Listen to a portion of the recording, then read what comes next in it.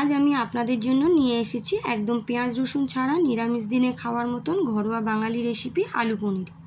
এই রেসিপিটি একদিকে যেমন সহজ তেমনই খেতে একদম ভোগের মতো। উপবাস, পুজো বা নিরামিষ দিনে এই আলু পনির একবার ট্রাই করলেই বুঝবেন কেন বাঙালি রান্না জয় জয়কার। চলুন তাহলে এই রেসিপিটি বানানোর জন্য আমি কি উপকরণ নিয়েছি দেখে নেওয়া যাক। এখানে 200 গ্রাম পনির আমি কিউব করে কেটে নিয়েছি।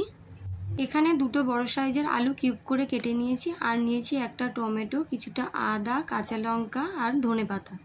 এখানে পরিমাণ মতো নুন, হলুদ গুঁড়ো, জিরের গুঁড়ো, লঙ্কার গুঁড়ো, ধনের গুঁড়ো নিয়ে নিয়েছি।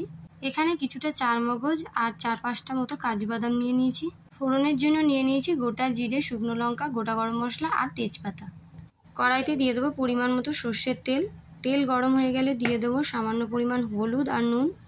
তেল ভালো করে গরম হয়ে গেলে পনিরগুলোকে সোনালি রঙের ভেজে নিতে হবে। আপনারা চাইলে সর্ষের তেলের বদলে সাদা তেলও ব্যবহার করতে পারেন। আর এখানে দেখবেন কড়া ভালো করে গরম হলে তবেই তেল দেবেন, না হলে কিন্তু পনির লেগে যেতে পারে।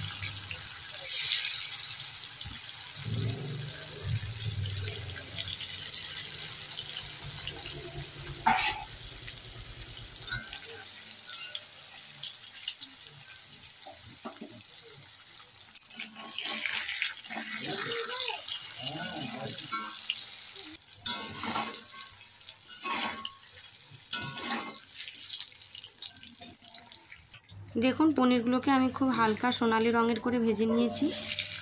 এবারে কেটে রাখা আলুও ভালো করে ভেজে নেব।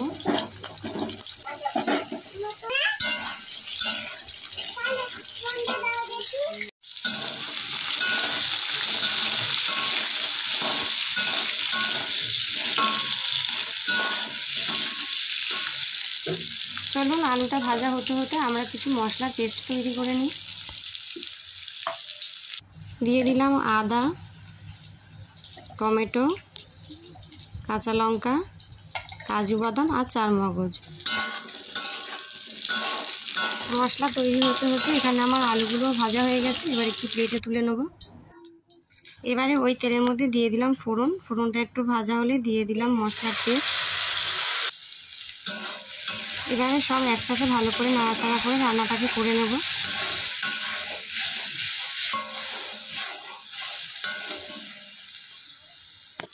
সব গুঁড়ো মশলা একসাথে অ্যাড করে দিলাম।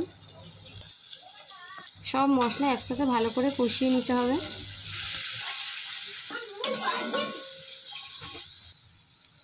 মশলা যাতে লেগে না যায় তাই সামান্য পরিমাণ জল দিয়ে দেবো।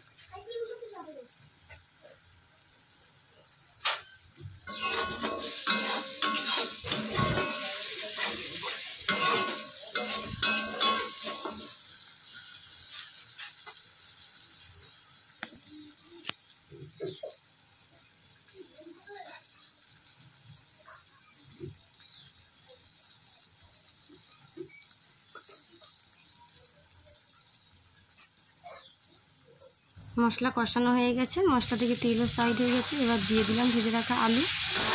ভেজে রাখা আলু দিয়ে কিছুক্ষণ নাড়াচাড়া করে দিয়ে দেবো পরিমাণ মতন জল।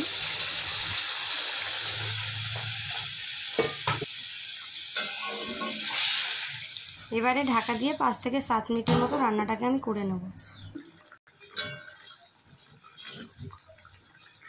ঝোল ভালো করে ফুটে গেলে দিয়ে দিতে হবে ভেজে রাখা পনির। আবারও আমি 2 মিনিট মতো রান্নাটাকে হতে দেবো।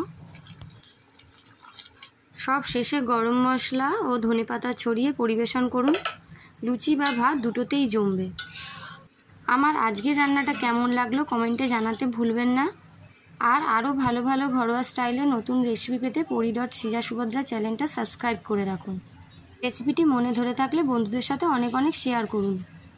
আজকের মতন এখানেই সমাপ্ত। দেখা হচ্ছে আবার নতুন কোনো রেসিপি নিয়ে।